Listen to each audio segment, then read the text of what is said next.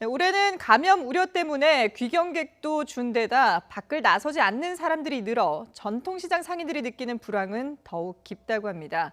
젊은 세대는 인터넷 쇼핑에 익숙하기도 하고 또 비대면 서비스가 인기를 끌면서 전통시장 역시 온라인에서 활로를 찾아보려는 모습인데요. 서울 강서구에는 화곡 본동시장에 YTN 취재기자가 나가 있습니다. 정현우 기자. 네, 저는 지금 서울 강서구 화곡 본동시장에 나와 있습니다. 네, 추석 연휴를 앞둔 대목인데 전통시장이 지금 상당히 한산해 보이는데요. 시장 상인들 분위기를 어떻게 전하고 있습니까? 네, 이곳은 농수산물과 음식, 먹거리 등을 파는 점포가 50여 곳 정도 있는 그렇게 크지 않은 규모의 시장인데요. 이렇게 아침 시간이라서 그런지 제 뒤편을 보시면 이렇게 빈 점포들도 여럿 있고요. 그리고 거리 역시 한산한 편입니다.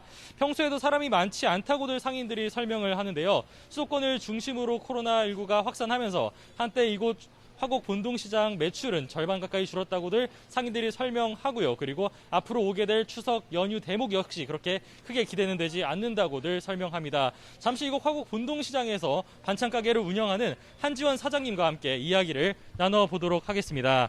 네, 사장님 안녕하세요. 네, 안녕하세요. 네, 지금 추석 연휴를 앞두고서 이렇게 대목을 기대할 때인데 요즘 상황이 좀 어떠신지 한번 말씀 좀 부탁드릴게요. 지금 매상이 많이 예년에 비해서 한 절반 정도 줄었어요. 많이.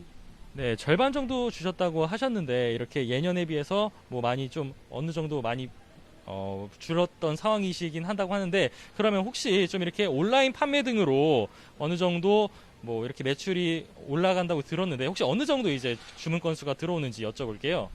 하루에 한 30건에서 50건 정도 들어오고 있어요. 많이 도움되고 있어요. 온라인 판매가요. 그럼 이렇게 예년에 비해서 안 팔리는 상황 속에서 뭐 온라인 판매 등이 좀 도움이 되시는 편인가요? 네, 많이 도움되는 편이에요.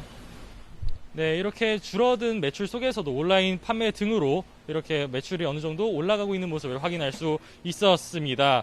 네, 이처럼 비대면 문화가 퍼지고 비상행렬도 줄어 시장을 찾는 사람이 적어지면서 시장 상인들이 찾는 활로는 온라인 판매입니다. 이곳 시장 여러 점포에서 쇼핑몰 홈페이지에 음식 등 상품을 올리면 소비자들이 여러 개를 선택해 장바구니에 담고 오후 1시 이후에 배송을 받게 됩니다. 이곳 점포 가운데 20여 곳이 네이버에서 우리 동네 장복이라는 배달 대행 서비스를 이용한다고 하는데요. 서울시 그리고 고양시에 있는 소비자들은 시장에 오지 않고도 여러 점포에서 필요한 물건들만 받을 수 있다는 장점이 있어 코로나 사태를 거치며 주문이 크게 늘었다고 설명합니다.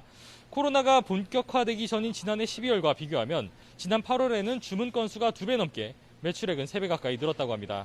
이런 방식으로 네이버 쇼핑 동네 시장 장보기에는 화곡 본동시장을 포함해 전국 전통시장이 40곳이 등록되어 있습니다.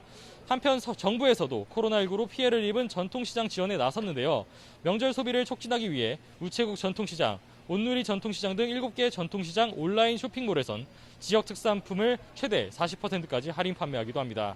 또 이번 추석 전후로 모바일 온누리 상품권을 50만 원 이상 사용하면 내년 1, 2월 중에 온누리 상품권 개인 구매 한도 역시 늘려주기로 했습니다.